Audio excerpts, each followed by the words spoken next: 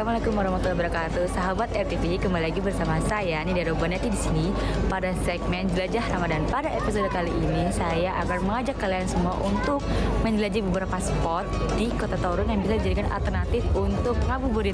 Yuk ikutin terus ya, jangan sampai ketinggalan.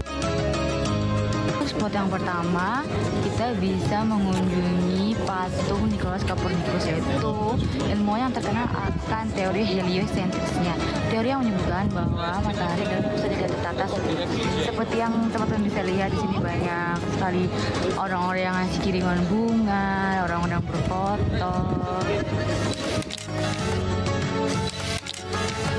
Di sini ada opsi lain untuk city tour, yaitu dengan menggunakan bus ini dengan biaya 40 zloty untuk 50 menit dengan pengantar bahasa Inggris dan 30 zloty 30 menit dengan pengantar bahasa Polish. Sekitar untuk dirupiahkan mungkin sekitar 160.000 rupiah.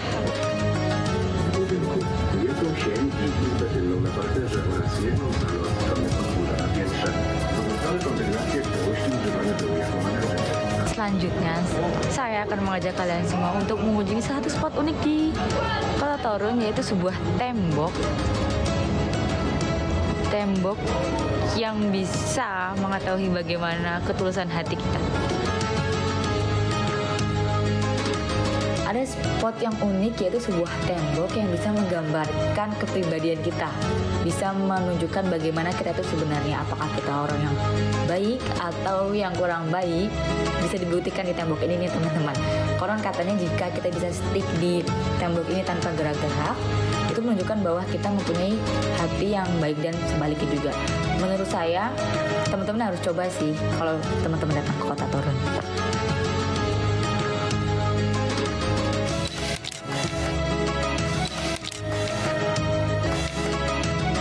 Bangunan ini penjara ini dibangun pada tahun 1853 pada saat Polandia di bawah kekuasaan Rusia dan selesai pada tahun 1866. Dan sebenarnya komplek ini unik. Jadi jalan ini unik banget. Ini ada penjara, terus di seberangnya ada fakultas, dan di sebelahnya lagi ada katedral.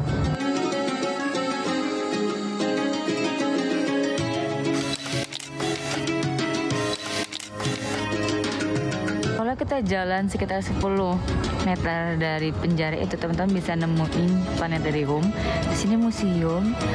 Dalamnya itu kita bisa belajar tentang astronomi. Jadi teman-teman bisa sekalian buat ngabuburit sambil belajar tentang astronomi, tentang planet, tentang space.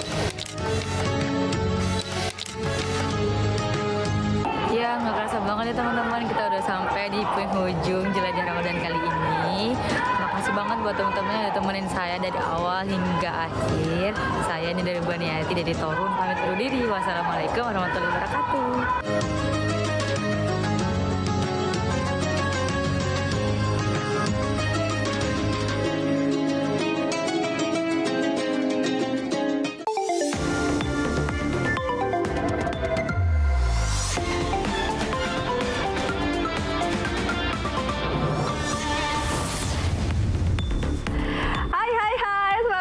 Sahabat RTV, senang banget ya Don, kita bisa berjumpa lagi dengan sahabat RTV nih, kali ini bersama saya Felicia Wu dan saya Doni Hermatra. Nah ini udah ternyata nggak berasa ya Don, udah tinggal 5 hari nih puasanya, gimana? Don itu masih semangat gak nih? Masih dong, apalagi kan 5 hari lagi nih menuju Lebaran, menuju hari kemenangan. Ini baju Lebaran udah ada, THR juga udah cair, udah siap Lebaran. Oh iya, tapi tahun ini mudik gak Don? Mudik, aduh, gimana ya? Aku hari Lebaran tetap bekerja, tapi nanti setelah itu baru mudik. Oh gak apa-apa ya, ini mudah-mudahan ntar setelah Lebaran jalanannya juga udah tidak terlalu macet nih. Amin deh, semoga ya. Karena nih ya, ternyata di H-5 Lebaran ternyata udah banyak sekali nih ya kemacetan gitu kan. Ini juga di stasiun-stasiun tuh juga udah pada ramai pemudik nih. Salah satunya tuh di stasiun Pasar Senen gitu ya. Di hari ini aja udah ada 27.000 penumpang yang diberangkatkan dari situ Don. Waduh, banyak banget ya. Ini karena kan memang perusahaan-perusahaan udah mulai pada libur, anak sekolah juga udah pada libur, makanya ini pemudik mudiknya tuh meningkat yang udah pada pulang kampung. Tapi nggak cuma kereta aja nih Cia. Ternyata mudik pakai perahu juga diminati para pemudik nih. Terutama yang mau pulang ke daerah Muara Gembong. Wah, ini unik ya Don, mudiknya tuh pakai perahu. Katanya ternyata kalau misalkan lewat jalan darat ya Don, ternyata tuh jaraknya lebih jauh dan lebih lama gitu. Jadinya mereka lebih memilih pakai perahu dan harganya tuh katanya lebih murah meriah gitu. Lebih murah tuh. Langsung kita lihat ya.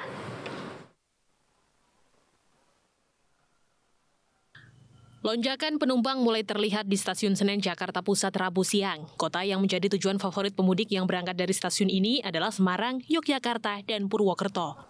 Untuk hari Rabu saja, sudah ada 42 kereta jarak jauh yang diberangkatkan dari Stasiun Pasar Senen yang mengangkut lebih dari 27.900 penumpang.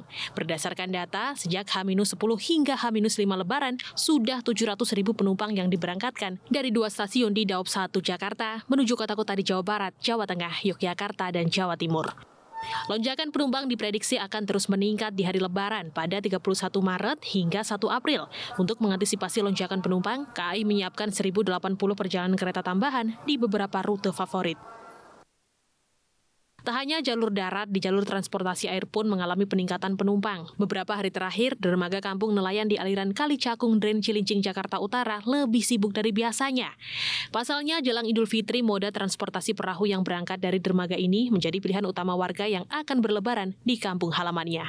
Kapal menjadi pilihan utama warga Muara Gembong yang merantau ke daerah lain, terutama ke Jakarta. Pasalnya, Muara Gembong cukup jauh jika ditempuh jalur darat. Selain itu, biaya transportasi daratnya juga jauh lebih mahal. Jika menggunakan angkutan umum, warga harus mengeluarkan Rp200.000 dan menempuh 3 jam perjalanan. Sedangkan jika naik perahu, cukup bayar Rp25.000 saja. Waktu tempuhnya cuma sekitar 1 jam dan bebas macet. Yang jelas, selain mengangkut penumpang, perahu ini juga jadi andalan buat mengangkut aneka barang dan sembako menuju ke kawasan Muara Gembong. Jadi, harus tahu jam keberangkatannya ya, sahabat, biar nggak ketinggalan.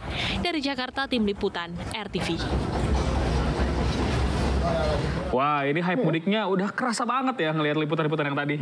Pastinya Don, ini kan karena kan Lebaran juga udah tinggal menghitung hari lagi kan. Kan ada lagunya tuh, Lebaran sebentar lagi.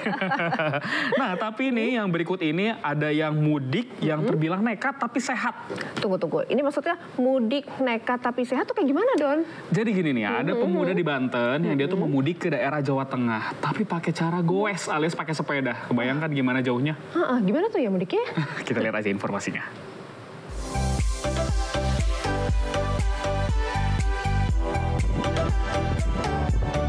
Semangat, semangat, goes terus biar makin sehat. Ya, itu dia niatan seorang pemuda bernama Zainal Abdul Rohim saat mudik ke kampung halaman menggunakan sepeda. Yap, pegawai salah satu kantor kementerian di Banten ini menempuh perjalanan dari Rangkas Bitung menuju kota Purbalingga, Jawa Tengah. Wah, jauh loh itu. 500 kilometeran, sahabat. Wah, kira-kira butuh waktu berapa hari ya? Kalau di prediksi saya itu sekitar 4 hari maksimal. Kalau enggak ya sekuat saya lah ya. Yang penting sebelum Lebaran itu saya sudah bisa sampai di rumah. Banyak persiapan yang dilakukan Zainal sebelum menjalankan mudik bersepeda yang baru pertama kali dilakukannya ini. Selain fisik, ia harus mempersiapkan sepeda yang digunakannya seprima mungkin, mulai dari kondisi ban, rantai, rem, serta barang bawaan yang diperlukan selama perjalanan mudik. Namun Zainal yang memang hobi bersepeda untuk berangkat dan pulang kerja, mengaku sudah terbiasa ngegoes berjam-jam dengan jarak tempuh yang cukup jauh. Oke deh, hati-hati di jalan dan selamat sampai di tujuan ya Bung Zainal. Dari Lebak, Banten, Herbert Marbun, RTV. Wah, ini keren banget ya Don. Biasa orang pada naiknya mobil gitu ya, dia memilih untuk naik sepeda. Tapi kebayang, aduh capeknya gimana itu kakinya. Waduh. Iya sih, tapi ini kita beralih dikit ya Don. Ini kan kalau misalkan ini di tol Pejagan Brebes Jawa Tengah nih, ternyata tuh udah mulai terjadi antrean panjang kendaraan gitu loh Don. Nah benar, antrian panjang mobil dan juga bus-bus ini tentunya ada sebabnya Cia. Apa tuh sebabnya Don? Karena ternyata pengemudi ini nggak nyiapin saldo e-tolnya dengan cukup. Jadi banyak yang ngantri, terus banyak yang saldonya kurang, terpaksa turun nih buat antri ngantri di loket pembayaran buat top up si e-tolnya. Ya ampun, berarti kasihan nih ya yang antrian di belakangnya itu ya tuh. Sahabat RTV yang mau mudik nih ya, jangan lupa nih harus isi saldo e-tolnya nih. Kalau enggak kan jadinya ada antrian panjang kayak gitu tuh. Gerbang tol Pejagan Brebes, Jawa Tengah mulai Rabu pagi tadi terjadi kepadatan. Antrian panjang kendaraan baik mobil pribadi maupun bus sudah dimulai dari Simpang Susun. Penyebab antrian panjang ini tak lain sejumlah pemudik yang membawa kendaraan kehabisan saldo e-tol dan harus mengisi saldo di layanan loket tol. Karena banyak dari pemudik yang mengisi saldo. Yang kedua, pemudik juga minim pengetahuan terkait dengan kartu masuk itu dibuat juga kartu keluar. Jadi dia menggunakan kartu lain. Itu menjadi perlambatan yang mengakibatkan sensor dari gerbang menjadi error. Nah, dengan berbagai alasan, sebagian besar pengemudi yang melintas di gerbang tol Pejagan ini ternyata tidak memperhitungkan anggaran menjaga saldo e-tol mereka. Kalau dari awal ini Pak, pemberangkatan sudah disiapin ini enggak saldo ya, Pak? Tapi nggak cukup. Tetap nggak cukup. Itu karena apa sih Pak? Karena ngisinya nunggu dari penumpang bayar atau gimana Pak? Oh gitu. Ini sampai Pejagan saldonya habis. Habis. Kenapa Pak habis Pak? Nggak disiapin Pak dari awal mudik itu? Tadi disiapin. Cuma pas siapin pas berangkat doang.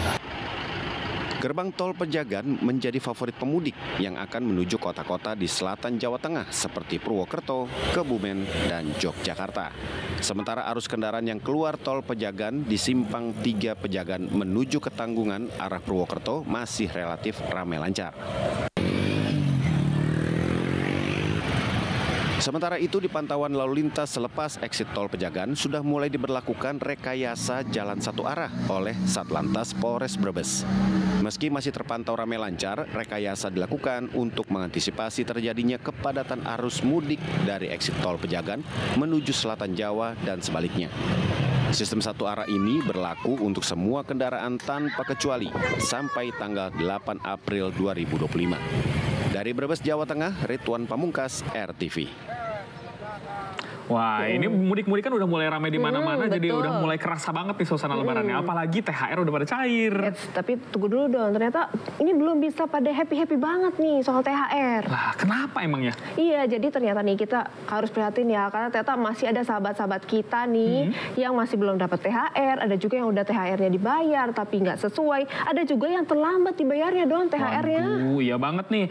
Ini di RSUP Dr. Sarjito itu ratusan nakes dan juga para pegawainya demo. Nah, dan di Kemnaker ini banyak juga pekerjaan yang ngadu nih katanya pembayaran THR-nya ini bermasalah. Waduh, ini emang kacau banget ya Don. Dan ini kira-kira tuh ada berapa ratus perusahaan yang diadukan ke Kemnaker ya Don? Langsung kita cek aja deh. Ratusan pegawai dan tenaga kesehatan di Rumah Sakit Umum Pusat Dr. Sarjito Sleman, Yogyakarta berkumpul di depan lobi utama RSUP Dr. Sarjito untuk berunjuk rasa Selasa sore. Mereka berteriak dan bersorak saat Direktur Utama RSUP Sarjito melintas untuk masuk ke lobi utama rumah sakit. Unjuk rasa ini mereka lakukan karena kecewa lantaran tunjangan hari raya atau THR hanya mereka terima 30% dari yang seharusnya 100%. Ratusan nakes dan pegawai RSUP Sarjito kemudian melakukan audiensi dengan pihak manajemen rumah sakit. Namun audiensi tersebut tidak mencapai kesepakatan. Mereka tetap harus menerima THR 30%. Ya, karena mungkin merasa belum, kata itu kan terakhir tadi kan, direksi akan berjanji untuk memperbaiki remunerasinya ya. Mungkin itu kata kuncinya. Kalau sampai sekarang klarifikasinya masih 30%, Pak? Masih. Pihak manajemen RSUD Dr. Sarjito mengaku pembayaran THR 30% sesuai dengan ketentuan Dirjen Pelayanan Kesehatan Kementerian Kesehatan, serta mempertimbangkan kemampuan keuangan rumah sakit. 30% itu sudah ada aturan dari Dirjen Pelayanan Kesehatan khususnya untuk tadi pengelola dan teman-teman kami yang memakai sistem remunerasi fee for service. Bisa 100% ya Bu di RSCM? Rumah sakitnya masing-masing. Pendapatannya juga tentu kan berbeda. Sementara itu, sejumlah pekerja mendatangi posko tunjangan hari raya atau THR di kantor Kementerian Tenaga Kerja, Jakarta pada Rabu siang. Mereka mengadukan perusahaan tempat mereka bekerja dengan berbagai persoalan pembayaran THR, yakni karena belum membayar THR, pembayaran yang tidak sesuai ketentuan, dan perusahaan yang terlambat membayar THR. Hingga H-5 Lebaran, 900-an perusahaan yang diadukan oleh pekerjanya karena persoalan pembayaran THR tersebut. Jumlah pengaduan terkait THR itu 1.407 pengaduan. Rinciannya adalah belum dibayar itu ada sekitar 806. Kemudian tidak sesuai ketentuan itu ada 300. Kemudian terlambat bayar, ini kan sudah terkonfirmasi, terlambat bayar itu ada 301. Nah, selanjutnya perusahaan yang diadukan itu jumlahnya 903 perusahaan. Kemnaker akan berkoordinasi dengan perusahaan yang bermasalah dalam pembayaran THR untuk mencari solusi agar kewajiban tersebut dapat diselesaikan dengan para pekerjanya. Posko aduan THR Kemnaker ini dibuka sejak H-7 hingga H+7 Lebaran. Dari Sleman, Yogyakarta dan Jakarta, Singgi Aji, Hendra Aryadi, RTV.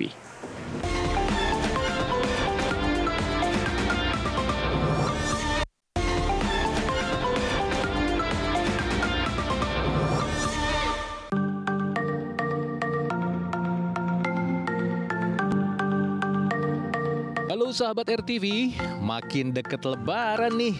Waktunya mudik kali, masa iya kerja melulu? Nah, Kementerian Perhubungan udah memprediksi nih, tujuan mudik Lebaran tahun ini tuh paling banyak kemana aja. Penasaran? Ini dia, 5 daerah tujuan mudik terbanyak di Indonesia. Langsung kita mulai dari yang kelima, Sumatera Utara. Diperkirakan ada sekitar 6,2 juta warga Sumatera Utara yang bakal pulang ke kampung halamannya di musim Lebaran tahun ini nih sahabat. Nggak cuma ke Medan, ada yang ke Binjai, Pematang Siantar, Padang Sidimpuan, sampai ke Nias. Tapi kalau dilihat dari persentase pemudik nasional sih cuma sekitar 4,2%. Kemudian yang keempat, ada daerah istimewa Yogyakarta. Jogja, kampung halaman dengan segudang cerita. Tahun ini diprediksi ada 6,4% pemudik tanah air yang akan menuju wilayah DIY dan sekitarnya, mulai dari Sleman, Bantul, Gunung Kidul, dan lain-lain. Nah, kalau dinominalkan sih kayaknya sekitar 9,4 juta warga bakal mudik ke sana nih sahabat. Selanjutnya yang ketiga, Jawa Barat. Nah, provinsi tetangga ibu kota ini kerap menjadi perhentian wisata para pemudik nih. Biasanya sih sebelum mereka kembali ke Jakarta setelah dari kampung halaman. Sebut aja Bogor, Bandung, Sukabumi, Cirebon, semua ada tempat wisata populernya loh sahabat. Nah, warga yang pulang ke Priangan ini jumlahnya lumayan banyak. Kira-kira 22,1 juta orang atau sekitar 15,1% pemudik nasional. Naik lagi ke urutan kedua, ada Jawa Timur. Pasti deh langsung kebayang kuliner khasnya yang jadi favorit para pemudik. Mulai dari rujak cingur, rawon, tahu tek, sampai lontong balap, pasti disantap kalau melintasi beberapa kota seperti Surabaya, Blitar, Madiun, dan Malang. Ya, tahun ini diperkirakan ada sekitar 18,7% atau 27,4 juta warga Jawa Timur yang mudik ke kampung halaman. Nah, tibalah kita di urutan pertama tujuan pemudik terbanyak tahun ini. Ya, Jawa Tengah ternyata. Bayangkan aja, dari total populasi 37,61 juta penduduk Jawa Tengah, sekitar 36,1 juta diantaranya adalah perantau yang akan mudik di tahun ini. Bahkan angka itu mencapai 1/4 atau 25% dari total pemudik nasional. Jadi ya wajar sih kalau provinsi satu ini jadi yang terbanyak jumlah pemudiknya dibandingkan provinsi lainnya. Nah sahabat, itu dia 5 daerah tujuan mudik terbanyak tahun ini versi Kementerian Perhubungan. Yang katanya sih puncak mudik tahun ini tuh ada di tanggal 28 Maret lusa. Buat kamu yang sebentar lagi mau mudik, jaga kesehatan ya. Jangan sampai ada barang bawaan yang terlupa dan pastikan rumah yang akan ditinggal mudik dalam kondisi aman. Selamat berlebaran di kampung halaman.